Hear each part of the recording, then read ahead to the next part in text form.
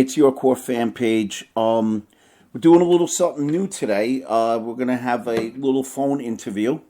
And my first guest is Lucina. Lucini, yeah. Lucinia Afro Morena, as her handle goes, as far as Instagram. Flora, how are you doing? I'm well. How are you, Chris? I'm good. I'm good. Can Right on. we're gonna get started, and we had a conversation before this interview even started, which I wish I recorded. And let's talk about the background of your nickname, Afro Morena. Yeah, that handle came from a mixture of my birth name, which is actually Flora Morena, and or some people say Flora Morena. And so my first name is hyphenated, Flora and Morena. And my whole life, everyone called me Morena. They never called me Flora. Flora is something I started making people that don't speak Spanish or Portuguese call me once I got it into middle school and high school.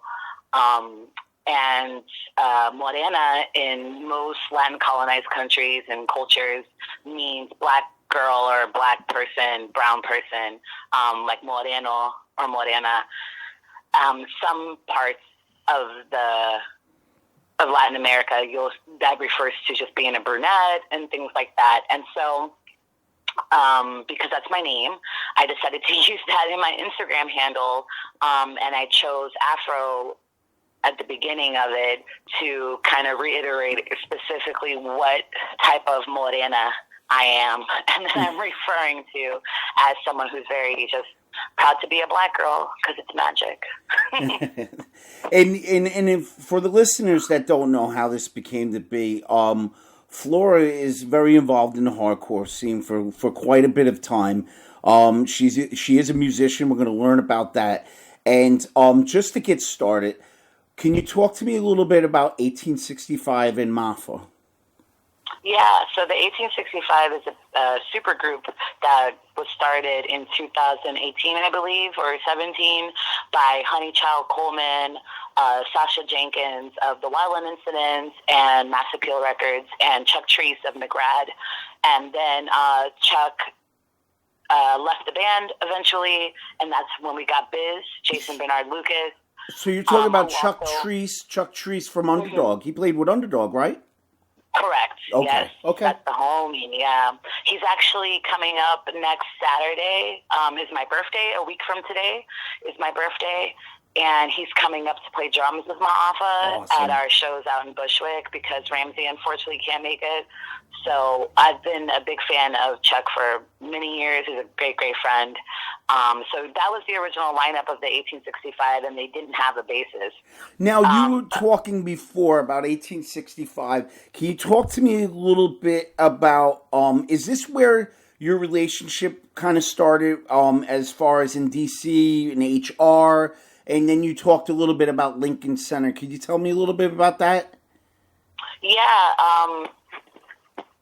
When I was in high school and I was obsessed with New York and New York hardcore and everything New York. Honeychild at the time was partnering up with Maya Sakura, Sydney Stone, and Tamar Kali, and they were doing this thing called Sister Girl Riot, and that and the Afropunk documentary was kind of the first time I ever saw other black girls being instrumentalists and booking shows like I was in DC. And then we fast forward, I got to mentor for a little while I was in DC with HR from the Bad Brains. There was a show that we all did together at, I think it was at Chief Ike's Mambo Room. I think he was performing during the day for a dub set, and then afterwards my band was playing, and we had a really good conversation where he told me about, that he is really appreciative of the music that I do, but that he thinks that I should move to New York if I really want to find the people that really are going to understand what I'm about and cultivate that part of my artistry. And he was absolutely right. And once I did, I finally got to physically meet in person Honeychild at a show I did with MAFAA and Rebelmatic at the Bowery Electric. And that fast forwards to 1865 stars. They didn't have a bassist. I booked this show at Silent Barn that accidentally, but not accidentally, became an all-black punk show on a Monday night in Bushwick. And I told Honey Child, if she's ever looking for a bass player, that I'd be honored to audition. And the next phone call I got was Black and Blue Bowl, and that was my first show with them. And now, years later, after all this, the 1865 was the first punk band to ever play and headline a show at the Lincoln Center. And that was maybe like 2 months ago, I think. Awesome. That was huge, yeah. And MAFAA is something that you put together, is something that you're doing? Yeah, MAFAA is my side project, like my solo project, right? Okay. And I was just writing a bunch of, I've been playing bass for bands in hardcore since I was like 13, and I finally wanted to do a for real band that was all my music and all my lyrics, all my arrangements, and that kind of showcased the way that I heard hardcore. You know, when I would hear certain songs from a lot of those Castle Heights bands and whatever, I could hear percussion in my head when I listened to certain, you know, songs in certain bands. And I'm like, why don't they have a percussionist to outline this variation that the drummer is doing, right? You know, that kind of nerd shit. And so I was like, I have to do it myself. So I wrote a bunch of songs, and all based around percussive ideas and rhythms. And then I was like, maybe this should be a band. And so then I hired a bunch of musicians that ended up becoming our core lineup. And that became my solo project. And like I was saying earlier with you, MAFAA is what I call my brainchild, because it's a project where I'm trying to bring together all the elements of my experience as an artist. So I have a core lineup of musicians in the band, but I like to sub them out from time to time, which is an homage to my experience as a jazz musician and as a session musician by trade.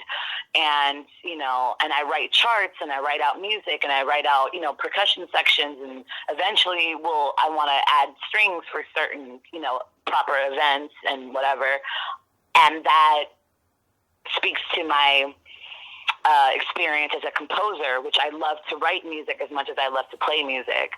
And the percussion and everything, just the whole element, all those different elements of taking very, I guess, complex musical ideas and structures and making them tangible, and using the vocabulary of hardcore and punk to kind of express that, is kind of like the whole point of MAFAA, and to bring it to different places in the world hardcore hasn't been to, like Mozambique and Angola. Not that it hasn't been to, but bands from the U.S., you know, haven't necessarily gone on our hardcore world tour all through Africa, for example. You know, mm-hmm. That's my goal. That's MAFAA's first world tour has to be through West Africa.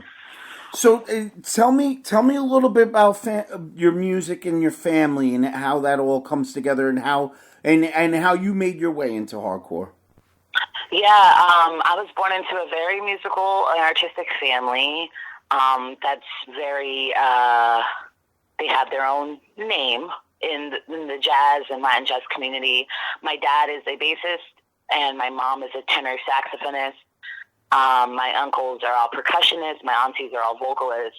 And so I grew up in that industry, you know, with my parents on tour and gigging and labels and blah, blah, blah, blah, blah. And my parents, when they were in Brazil and poor and living in Rio in the 80s, their dream was to go to Berklee College of Music, and then I was born, so that's a dub. And I ended up going to Berklee instead, but my parents all went to HBCUs. My dad and my uncles all went to Howard. My mom went to UDC, and that was going to be my next thing, but I ended up going to Berklee, and I grew up with that. And I remember when I was I think I was like 7 or 8 years old. That's when I decided I really wanted to be a bass player. And that's because No Doubt has just come out with different people from Tragic Kingdom. I think, well, I just heard of them. It's been out for a while, but they come out with Tragic Kingdom and I heard Tony Canal's bass line on Different People, and I looked at my dad, and I was like, Dad, what the hell instrument is that? And my dad was like, that's bass. And I was like, is that what you play? And he's like, yeah. He's like, I'm playing that forever, and here we are. And that was the rap. But I remember my dad taking me to, figure out what kind of rock music I liked. We would go to different shows because I was little and littler than everybody. But I got into 90s singer-songwriter music. I got into, like, a lot of post-Riot Girl music. I got into early Hole. The first time I heard a woman scream like that and sound like that, I fell in love. I'm obsessed with Courtney Love. I know y'all gonna cancel me for it, but it's okay. I don't live with it. No, I'm obsessed with her voice from that time period, Pretty on the Inside and everything, and that changed everything. And then I just went on this journey. I've been on this journey ever since then to find the most aggressive, but with groove and structure kind of music that I like, and that led me into Beatdown. And that's kind of like how I got into hardcore. It was just seeing the punks and everybody go to a show, and then trying to get involved with that. And then by the time I was already going to these really whack-ass, like, alternative rock shows, because that was the only all-ages things around, ironically, for D.C. We didn't have all-ages clubs, of course. Didn't Minor Threat teach us anything? Mm-hmm. And then freshman year of high school, I met these other two black girls, the only other black people in school that liked punk and rock music and dressed like a Hot Topic poster children. And we decided that they took me to my first hardcore shows, which were at American University, and there were a bunch of, like, straight edge hardcore shows. And I got to see some of the great bands back then. And then we went to the Electric Maid, and I fell in love with that community and that space. But then they were like, oh, we have to shut down because we don't have anyone to book shows. And the bands that are, like, keeping us alive don't have bass players. And I was like, I can do both, because I was already booking shows for my mom, Yeah. And if there's any other immigrant children listening to this right now, y'all know what it's like to be first generation kids or the first kids to immigrate to the country and grow up here, where you're the only one that speaks English, so you have to translate to, like, the phone company for your parents and shit. So you get into booking shows. So you get into hardcore and stuff, and we were talking also before about being a skinhead and getting involved with all that. Yeah, like when I first got into shows, I got into hardcore as a bassist and as a booker. It was never intentional of, like, oh, I'm going to be in a scene. It was out of necessity. I didn't want the Electric Maid to get shut down. I love that place. It's where I grew up. And so I told them, I will start booking shows for you guys and, DIY the whole thing. We'll run our own door. We'll do everything ourselves. And then I started joining punk bands. I joined Booze Riot, and later on I joined Raging Hormones, and as a bass player. And that first 2 years of running shows at the Electric Maid, I saw my first skinheads in my entire life. And I completely fell in love with all of them. They were amazing, and we had such a great time. Those guys, most of them are not so cool anymore. Sometimes politics change when you get older, apparently. But we were talking about where the skinhead came from, and we were talking about the name, right? What's the name? Yeah. And it was during that time period that I learned about what skinheads were, because they started coming to shows and they didn't look like anybody else. They didn't have mohawks. They didn't have piercings in their face, tattoos on their heads. Some skinheads did. So I really got into it, and a few years later I ended up shaving down and becoming a skinhead myself. And during that time period of, shaving down my Chelsea and getting my first pair of dogs and my first, Fred Perry, shout out to Sarah for that. They sat me down and really educated me about the history of skinhead culture, and they didn't have the vocabulary at the time to understand that they were teaching me about a Black musical tradition, but that's what they were doing. And they were teaching me about how, at the time that skinhead was created, the poor Jamaican immigrants that lived and worked at the docks with other poor whites, they would have to shave their heads to prevent lice and cuff up their jeans and wear docks because they were, working at the docks and working knee deep in shit every day and water and whatever. And that braces were the belts of time period, and Fred Perry's was, the fashion, etc. So they're breaking down all this shit for me, and they also ended up breaking down that Jamaicans that were there were the first ones to see the shaved heads and make jokes and just say, oh, it's a skinned head in Patois. And then that became skinned head to skin head, and that became the name, and it stuck, and it's like a colloquial cultural term. And that part of the story stuck with me since I was 16. And I was like, oh, so this is our shit first. This is a complete and total Black musical and cultural tradition, period. And it was one of the greatest examples of appropriation in history outside of rock and roll itself. And I felt completely bamboozled that, the rest of the world didn't see what I saw and didn't know what I knew.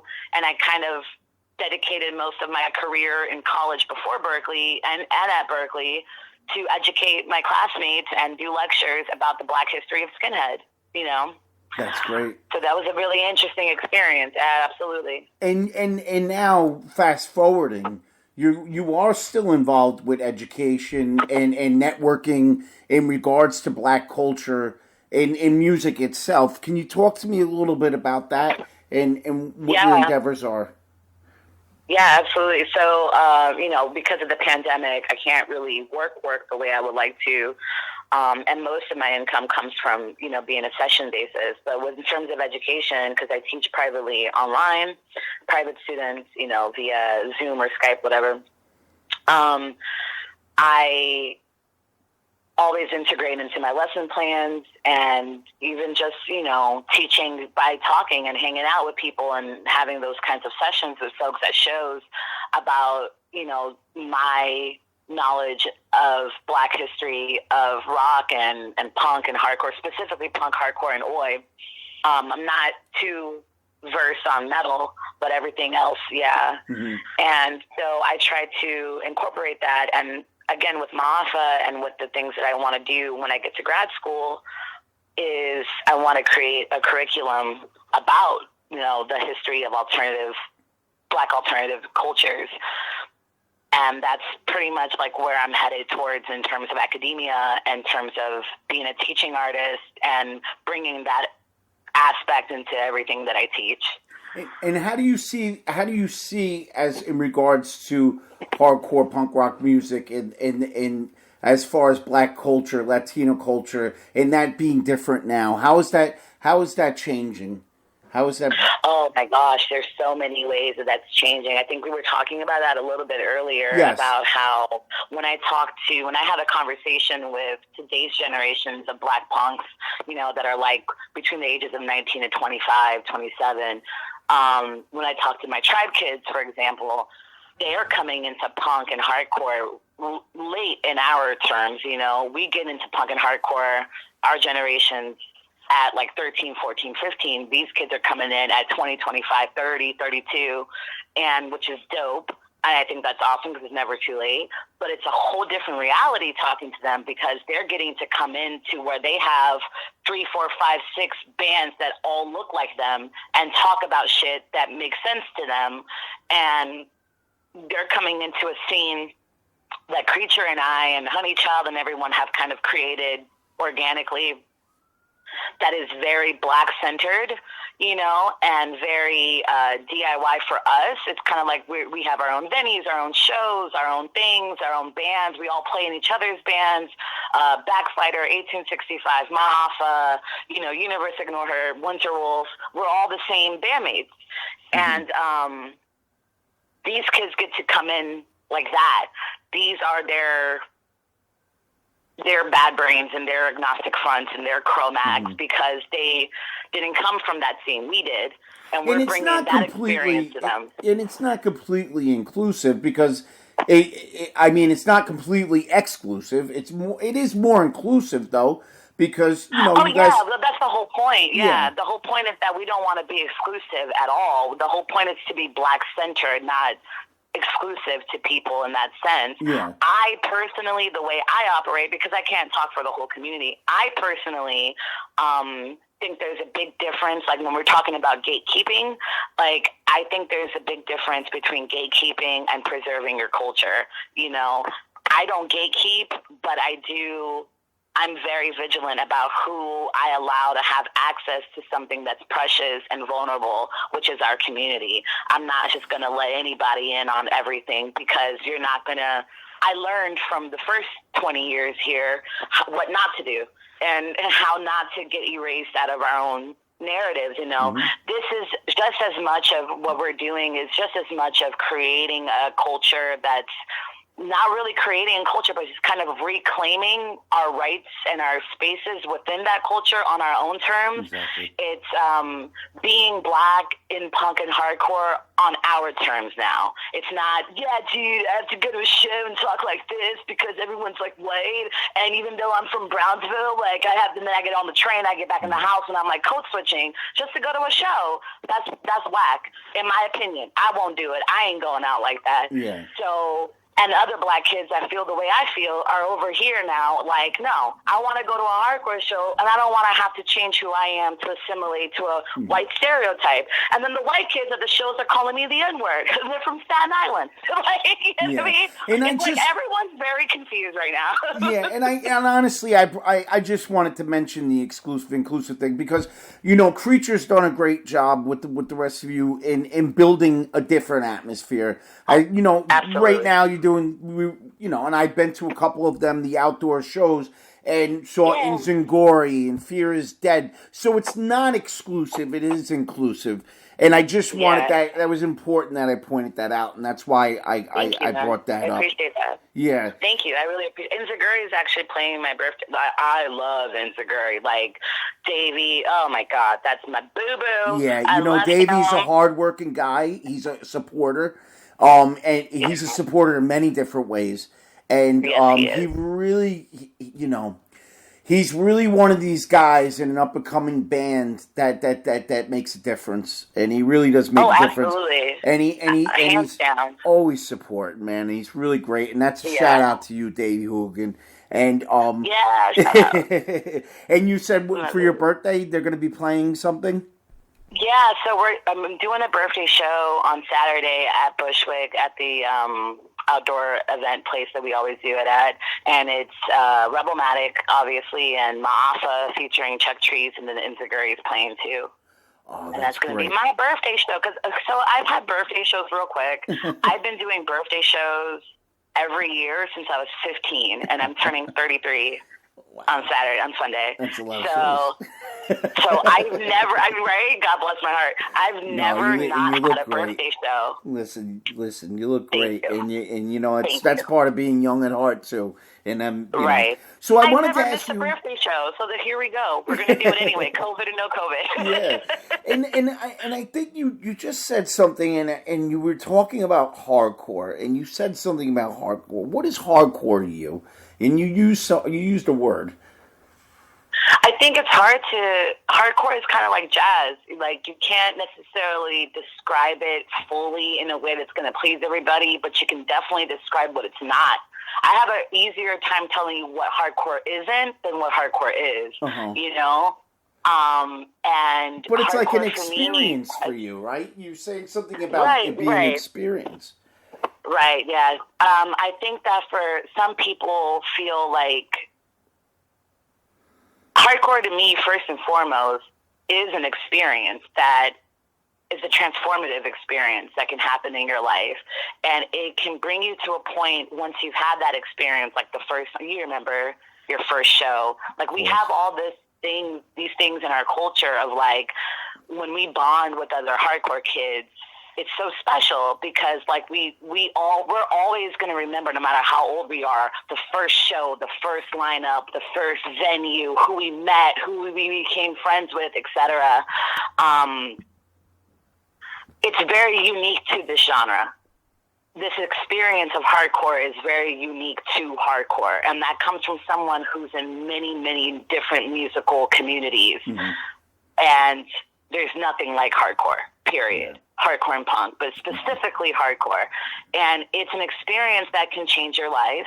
And what it does, in my experience, is brings you to a crossroads where you have to decide whether or not it's going to be a choice, a lifestyle choice that becomes a part of your identity. It becomes a part of your culture. It becomes how you build the strength and confidence in yourself and in your art. Like, and that's my case. That's what my experience of hardcore has been, thank God. And then there's other people who will be like, yeah, that hardcore was an experience I had at one point in my life, and that's what's up. And even people like who were only in the hardcore scene for a little bit and then went off and did other things, I feel like let's not be too quick to judge them as like, oh, you were never hardcore because you're not here until you die. You know what I mean? Like, I get that. Trust me, I get that. But let's also flip it a little bit. The positive side of that is that hardcore is so transformed. There's something magical about what the fuck we're about this thing of ours. You know what I mean? There's something so magical about this thing of ours that even if you've only experienced it for a little bit, it changes you forever. It changes the way you look at the world. Mm-hmm. It changes the way you look at yourself. It changes how you approach your career in any, any path. And I think that to me is not the only essence of hardcore. It's not the encompassing end-all be-all of hardcore, but that is the more broader, general, spiritual approach that I have about hardcore. We're not perfect. There's a lot of scumbags in our community. There's a lot of people who are idiots in our community. There's people who are completely ignorant and disrespectful and rude and racist and whatever. And then there are people who are freaking incredible because we're a reflection of the world. We're a reflection. It's all over the world now. Hardcore is worldwide now. And when we're walking down the street with real hardcore kids, those of us who are, true blue, we tight like glue, those of us, when we walk down the street with a limited edition Chromax shirt from blah, blah, blah, and you're walking down the block and another kid's coming up the block and they have a Crumbsuckers shirt or whatever, and you're like, yo, and they're like, yo, and this bonding moment happens that is just so... It's like a fraternity or sorority globally. It's like you can be anywhere. I've been anywhere in the world, anywhere I go in the world, when I'm on tour, when I'm visiting family back home. If I see another kid with a Black Flag t-shirt, you know what I mean? Even. It's like having a piece of home wherever you go. Exactly. And there's a language, right? Because music is a language, right? Yeah. And theory, I always teach my students, music is a language and theory is the grammar and the vocabulary, right? And there's this language of hardcore that's unspoken that you just know when you know. It's one of us. You just know when it's one of your people. It's one of your village people. It's your people in your tribe globally. And you can, even if I don't stop and say hi to you, when I look at you and you look at me and we both recognize each other's shirts and patches and buttons, we're like, aha, one of us. Yeah. It's this beautiful moment that gives you this energy like, wow, like I belong to something so special and so precious and so unique to just us. Yeah, it is. It definitely is. Well, you know what? I had other questions, but I feel like you answered them in it. I was going to talk about inspiration, but I see where the inspiration is, and if you're a listener, you're gonna hear the inspiration, and I think you hit all the points. And Flora, I just really want to say thank you so much, and thank you for doing this. Thank you so much, Chris. And it's really great, and I can't wait to see what goes on in the future with you and in your endeavors. And thank you. I'm glad we met, and we're just going to keep on doing this. Absolutely, Chris. Thank you so much. Also, I just want to give you a big shout out. You have been so supportive and loving and kind and patient with me and with everyone in the community, and what you're doing.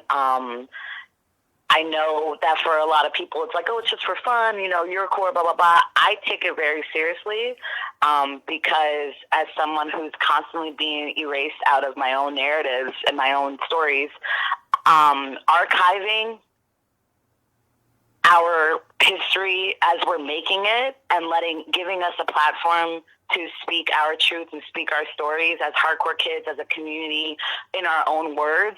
That's a big deal, dude. And you're making history with us. And I just really appreciate you as my friend in real life and as my colleague in this community. So thank you, Chris. Thank you, Flora. Absolutely, man. All right, everybody, we're going to wrap this up. Thank you for listening in with Flora and me on the Your Core fan page, and we will see everybody soon. Thank you.